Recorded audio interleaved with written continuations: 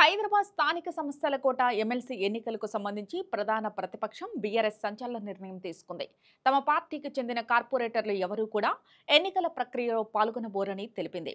ఈ మేరకు పార్టీ తరపున ఓటింగ్కు ముందు రోజు విప్ జారీ చేయనున్నట్లు వివరించింది. దీంతో తాము ఎమ్మెల్సీ ఎన్నికల్లో తటస్థంగా ఉన్నట్టని ప్రకటించింది.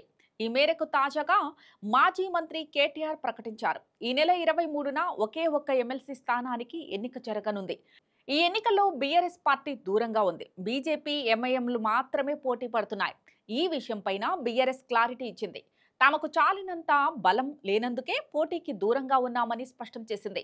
అదే సమయంలో వేరే పార్టీకి మద్దతు ఇవ్వబోమని, అందుకే ఓటింగ్కు దూరంగా ఉండాలని నిర్ణయించుకున్నామని ప్రకటించింది. దీంతో బీజేపీ, కాంగ్రెస్, ఎంఐఎంల సభ్యులు మాత్రమే ఓటింగ్లో పాల్గొనున్నారు.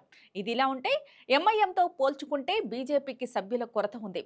ఎంఐఎంకు 49 మంది కార్పొరేటర్లు ఉన్నారు. అదేవిధంగా హైదరాబాద్ ఎంపీ కూడా ఎక్స్ అఫిషియో సభ్యుడిగా పోలింగ్లో పాల్గొనే అవకాశం ఉంది. మొత్తంగా ఈ సీటు విషయంలో బీజేపీ చేస్తున్న పోరాటం కేవలం నామమాత్రంగానే మిగిలిపోనుంది.